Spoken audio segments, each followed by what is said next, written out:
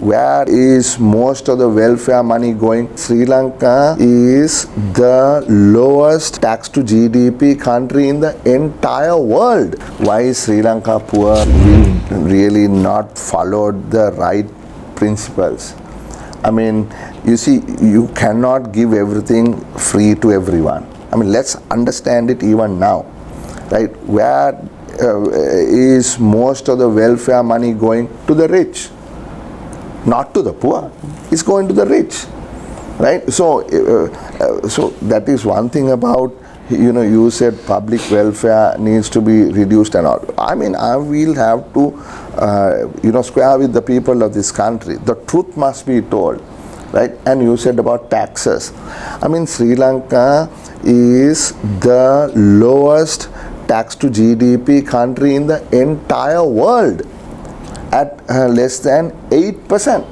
When in the early 90s, just before Madam Chandrika became president, our tax to GDP was around 20%, right? And when Mahinda Rajapaksa took over in 95, it was around 17%.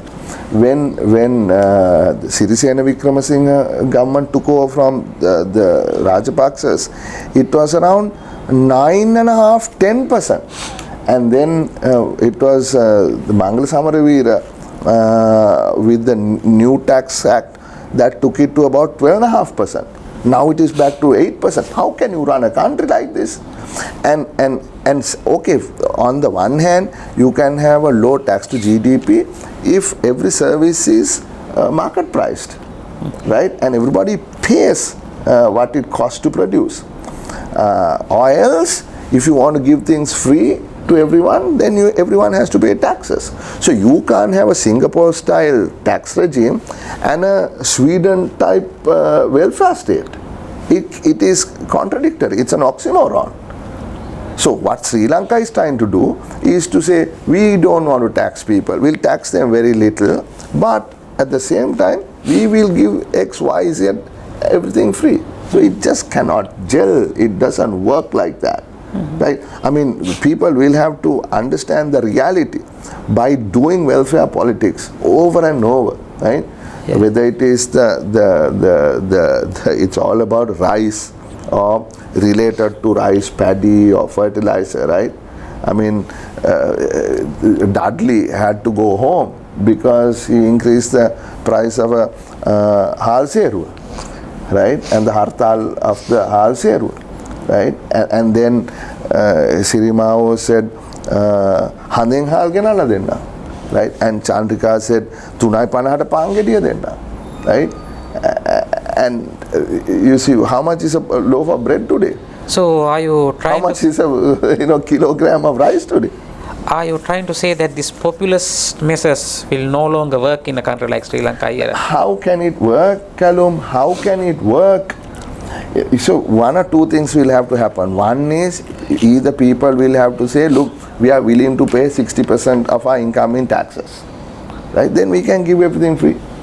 Or else people will have to say, look, if we are going to pay a certain tax, then the subsidies must be targeted. Don't get me wrong. I am not saying cut the subsidies altogether. I am for subsidies. Right? But subsidy must be given to the receiver. That's what I'm saying. Not to the supplier, not to the producer. Right? The subsidy must be given to the consumer. And the consumer who receives the subsidy must be selected based on some transparent criteria, means tested. Right? If you belong to the bottom decile or 2 or 3, then you are eligible to receive the subsidy. But if you are in the top 10% households of this country, why should you receive the subsidy? Is that fair?